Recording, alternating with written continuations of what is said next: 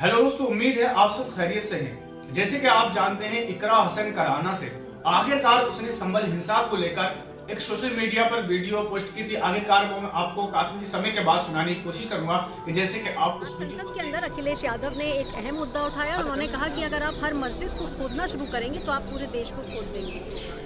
Samajwadi party की सांसद इकरा हमारे साथ है। इकरा जी, अखिलेश जी ने ये बोला कि अगर आप ऐसी खुदाई खोदते रहेंगे पूरे देश को खोद देंगे। जी बिल्कुल, हमारी पार्टी का लगातार यही स्टैंड है कि जो प्लेसेस ऑफ वर्शिप एक्ट है वो एक वजह से लाई गई थी, क्योंकि अगर हम इस तरीके से कैरेक्टर जो इससे पहले जो शासन रहे हैं, जब लोकतंत्र 47 के बाद आया है, उससे पहले राजशाही शासन थे, उसमें जिस हिसाब से अगर काम होते थे, अगर हम लोकतंत्र में भी वही रवैया अपना लेंगे तो लोकतंत्र का कोई महत्व नहीं रह जाएगा। और लगातार जैसे संभल हिंसा में लोकतंत्र की धज्जियाँ उड़ाई जा रही है, तो बिल्कुल सही बात है। प्लेसेस ऑफ वर्शिप एक्ट एक वजह से है और उसका नियम, उसका पालन और उसका दोस्तों, आपने देखा होगा तमाम उम्र ऐसा हो रहा है जो हमारे लोकसभा में मुस्लिम सांसद विधायक हैं। आखिरकार हम मुसलमानों के लिए आवाज तो जरूर उठाते हैं, लेकिन आप देख रहे हैं कि सरकार चाह रहा हूं इल्जाम लगाने वालों से। इम्तियाज जलील को जो सबने मिलकर हराया, अब इंशाअल्लाह ताला हम सब मिलकर दोबारा इम्तियाज जलील को महाराष्ट्र की विधानसभा में भेजाएंगे। इसको छोड़ते हुए आपको ये बताने की कोशिश करूंगा कि आखिरकार ये किस चीज के दावे किए जा रहे हैं कि जियाउर रहमान जब संभल में ही नहीं थे और उसके बावजूद भी उन पर एफआईआर दर्ज करना कि नईम की जान गई है और पुलिस की गोली से गई है। एक पुलिस ऑफिसर ये कह रहा हो कि नेता बनना छोड़ दो, नेताओं का सहारा लेना छोड़ दो, ये दुखद है जो घटना हुई है। अजमेर दरगाह या और मस्जिदों को लेकर आखिरकार ये सर्वे करने की कोशिश कर रहे हैं। आखिरकार आपने देखा होगा कि इसमें असदुद्दीन ओवैसी साहब ने भी अपना बहुत बड़ा बयान हमको दिया था कि आखिरकार 1947 में इस टॉपिक पर जो है बात बिल्कुल खत्म हो चुकी थी कि आखिरकार चाहे वो धार्मिक मंदिर हो या फिर सिख हो या ईसाई, किसी भी मजहब का कोई भी धार्मिक स्थल हो, आखिरकार उससे छेड़छाड़ न की जाए। उसके बावजूद भी सन 2022 में जब ये दूसरा कानून लाया गया कि आखिरकार सर्वे करने का, तो आप लोग इत्मीनान से सर्वे करें। आखिरकार आपने देखा होगा कि संभल हिंसा में जब सर्वे करने के लिए लोग आए थे तो किस तरह से दूसरे नारे मरकती हो गई है। किसी टाइम पहले हमारे बुजुर्ग बताते हैं कि यहाँ पे मंदिर ही था पहले। जब मंदिर था और मस्जिद बनाई गई तो लोगों ने यहाँ विरोध नहीं किया। हिंदू जो हैं विरोध पता नहीं उन्होंने क्यों नहीं करा। पहले के लोग पता नहीं किस टाइप के थे, जो मतलब इस टाइप के थे, मतलब कि जो हो रहा ठीक हो रहा, जो हो रहा अच्छे के लिए हो रहा।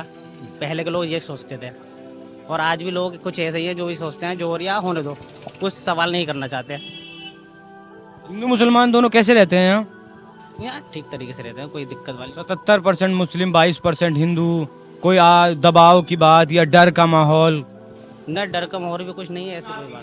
पहले आप इसकी हमारी पार्टी की डेलीगेशन जा रही है और हम कोशिश कर रहे थे कि हम वहाँ पहुँच सके। जो वहाँ पर घटना हुई है, जो हिंसा हुई है वहाँ प्रशासन द्वारा, उसका सही जायजा लेके कौन अधिकारी इन्वॉल्व थे, कौन कौन लोग इस मामले में, इस घटना को किन लोगों ने अंजाम दिया, उसकी जानकारी लेकर हम अपने राष्ट्रीय अध्यक्ष जी को सौंपने वाले थे और उस पर कार्रवाई भी करने की मांग करते। उसी के लिए हम पहुँच रहे थे, लेकिन जैसा आप देख रहे हैं पहले 30 तारीख तक हमें बोला गया कि कोई नहीं जा सकता, इसलिए हमने आज का प्रोग्राम बनाया था, लेकिन आज भी हमें रोका जा रहा है। अब 10 तारीख तक इन्होंने रोकथाम रखी है। जी हाँ, सबको अलग अलग जगहों पर, 15 लोग की डेलीगेशन थी, अलग अलग जगहों पर रोका जा रहा है। हमें समझ नहीं आ रहा कि लोकतंत्र में इस तरीके से कैसे ये रोक के अपना काम कर सकते हैं।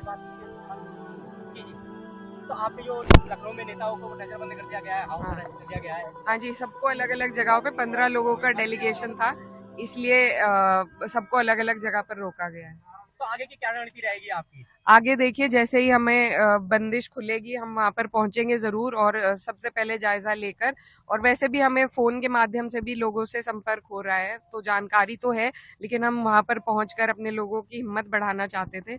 और जो कार्रवाई है उसकी मांग हम लगातार कर रहे हैं। संसद चलने नहीं दी जा रही है, लेकिन जैसे ही संसद में मौका मिलेगा, सबसे पहले हम, जब तक संभल के मुद्दे पर बात ना हो, हम चैन से नहीं बैठेंगे। सरकार ने इसमें जांच कमेटी गठित करी है। जी हाँ, और हमारी यही मांग है कि इसमें जांच कमेटी में जो अधिकारी हैं जिनकी लापरवाही की वजह से 5 लोगों की जान गई है, जिन्होंने हत्या करी है उन पर भी सख्त से सख्त तेलंगाना से बिलोंग करती हैं और आखिरकार तमाम लोगों के लिए बहुत अच्छा इकरा हसन वहां पर काम कर रही हैं। और यही नहीं, इकरा हसन का ये बताया जा रहा है कि इकरा हसन जिस सादगी मिजाज की तरह से इकरा हसन वहां लोगों के साथ मिलती हैं और आखिरकार तमाम हजारों लोगों के मंच के दरमियान जब इकरा हसन जाती हैं तो खास तौर से अपने आंचल का बहुत ज्यादा ध्यान रखती हैं। तो इसमें आपकी क्या राय है वो भी आप कमेंट करके बताना।